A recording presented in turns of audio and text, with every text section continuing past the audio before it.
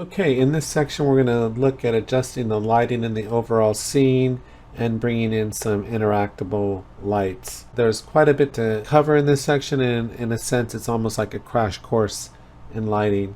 The first thing is I've noticed in the scene that auto exposure is on. One way to turn it off is come up into project settings and then just search for auto exposure, because we don't want the lighting changing as we go in and out of different rooms. It's just too weird. So we're just going to turn auto exposure off. That's all we have to do there. And let's come back in the test room. Let me close that window. Let me hit play and see what happens. I think the lighting will be a little bit more consistent now. The other thing I wanted to talk about was this demo room itself. The demo room is broken actually into 4 different rooms, and the room we're in right here is called the open room. One thing I should mention, I added text on these demo displays. So if you look here, this is going to be the return station. We're going to have 2 slideshow presentations here. On this side, we're going to have a video presentation there and a video presentation there. And this is just kind of an informational display. So what we're going to do is add interactive lights here on this side, and we won't do anything on this side. We're going to bring in a couple of these controllers to control our slideshow presentations. So I'm real excited about doing that section. That's pretty involved. On this part here, you'll see if we come down to open room, there's a section here that says light room enabled. As far as I know, this is the only room that has lights enabled. So if we click this, we turn off the lights completely. So that's too dark, but what we can do then is come here and actually take the roof off. And you see now we have this nice kind of light coming in. Has a lot more atmosphere. The other thing we can do is hit Control L. We don't have to left or right click, and we just move the mouse. We can actually adjust the position of the sun in the sky and make it even a little bit darker. So if I hit play, you should get a sense of what it looks like. Yeah, so it's like late afternoon or something like that. But I want it a little bit darker so that the lighting will have a more dramatic effect. So to do the lighting, let me hit escape. What we're going to do is we're going to bring in these, it's called BP Animated Anim Demo Trigger. So if we double click into this, you'll see it's got this sphere collision, and notice that it's a little offset. What we can do there is just, if I come down here, we can just click on drag it and just center it more right on there like that. Compile and save. There's something important to discuss about this real quick. So this trigger here is what they call a class, and when we drag it into the scene, it creates what they call instances of that class. So any change that we make to this will affect all the instances that we drag into the scene. Another way to consider it is this is the parent, and anything we drag into the scene becomes a child of this object. As we drag this in, these are instances. Just know that those are children. So we can adjust the children individually, and they don't affect the parent, but when we change something in the parent, it affects all the children. So that's a concept straight out of object-oriented programming. But what we're going to do is we're going to drag that in to the scene, as a matter of fact. So let me come over here, and I'm just going to get this, and I'm going to just drag it into the scene, and it snaps right to the floor. Now I'm going to show you a little bit of a special technique here to make this very easy to do, because this can really get time consuming on big projects. If we get a little closer and I click on this red arrow and I hold down Alt and left click and drag, I can create a copy. Then let go, hold down Shift, left click and drag on that red arrow, and we can drag like this and move the camera and see what we're doing. Then what we're going to do is we're going to do that again. We're going to hold down Alt, left click and drag, make a copy, then let go, hold down Shift, left click and drag this over here. So very quickly we can place our objects. Then what we want to do, if you don't have this tab open, it might not be open by default, you come up to Windows, we go to Place Actors, and we're going to search for something called a point light, which gives out light in all directions. And I think that's a good light for this particular situation. So I'm just going to get a point light and drag it into the scene. It's kind of bright, and I'm just going to drag this up. And what I'm going to do to help me with lighting, because I can't really see the total effect this is having, is for right now I'm just going to hit Control L and make it a lot more dark in here. So look that way, it's almost pitch dark. So what we're going to do now is just let me play around with this here. I don't want it too bright.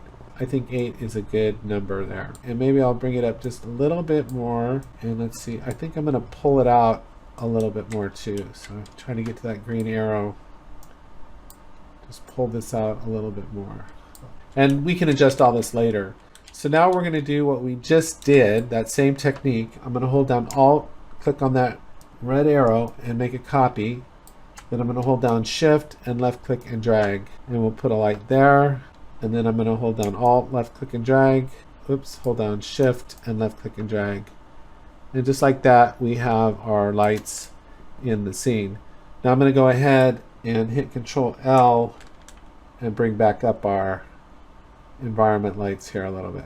Something like that.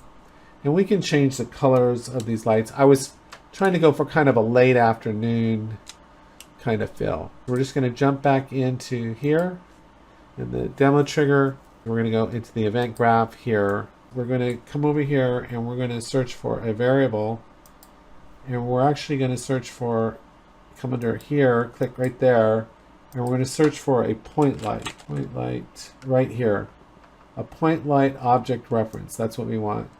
And I'm going to go ahead and call this. You can name it down here by pressing F2 or name it up here. And I'm just going to call it point light reference, like that. And we definitely want it instance editable, so click that little eyelash or whatever that is. And there's that. So now all we have to do is drag this into the scene like this. Go get point light, and we're going to drag off of it and search for something called set visibility. And it's going to be this one, this point light component. And then I'm going to just get this here. I'm going to select all of these real quickly, come right down here and hit Control D to make a copy of it. And then we'll just go ahead and wire this up like this, and wire this up like that, the exact pins. Now, new visibility means turn the visibility on. Let me compile and save that. The lights are on by default, so let's go back in here real fast and select these point lights, set them all to movable. And the reason for that is that they'll work better with Lumen that way. Then we should be able to search for something called visibility, turn those lights off, and just save those changes. And then we're going to come back in here, and then when we cross the trigger, we're going to turn the lights on, and when we walk away from the trigger, we'll turn them off. So we just leave the box unchecked. And then we'll just go compile and save, and now we should be able to go test them. So I'll hit play. Here we are in the scene. One more thing we've got to do, I forgot. Sorry about that, got a little ahead of myself. We need to bind these triggers to these lights. So if I select this, clear out my search bar, you'll see under default, we can select the point light. I'm pretty sure that's point light 3, so it's called direct binding. We're gonna bind that trigger to that light. We're gonna select here and bind that to point light 2, and then we're gonna select this trigger and we're gonna bind it to point light, and then save. And now if I hit play, when I cross that trigger, the light should go on. See, just like that. It adds just a nice little touch of interactivity, and that's it. Now, one thing I should mention about this as well, by default, this blueprint has a triggers. It has 2 event dispatchers. These are calling out, but there's nothing receiving them right now. So we're just going to leave these in place in case we need them later, but I don't know that we will. But just know that these are there, but they're not really doing anything. And that's pretty much all I wanted to do for this section. I think we covered quite a bit. In the next section, we're going to get into the weeds a little bit, and we're going to start creating a slideshow presentation. I want to say that it's an advanced beginning level or beginning intermediate level of difficulty, but I think you'll learn a lot, and I think you'll get a lot out of it. But that section is going to take quite a bit to get through it all. And then once we get through the slideshow presentations, everything else is relatively easy from that point forward. In fact, doing the videos is actually very easy, and everything else is pretty easy. The only other thing that might be difficult is the combo box, but I think the slideshow presentation is probably the most advanced thing that we're going to be doing in this entire course. Even though it's not required for you to do it, I would encourage you to do it. I would encourage you to follow the lessons because I think you're going to learn a lot. It's really interesting to me because it's a functionality that's not really taught out there by anyone, and yet it has a lot of application. So anyway, I'll see you in the next sections and we'll get started on building these slideshow presentations.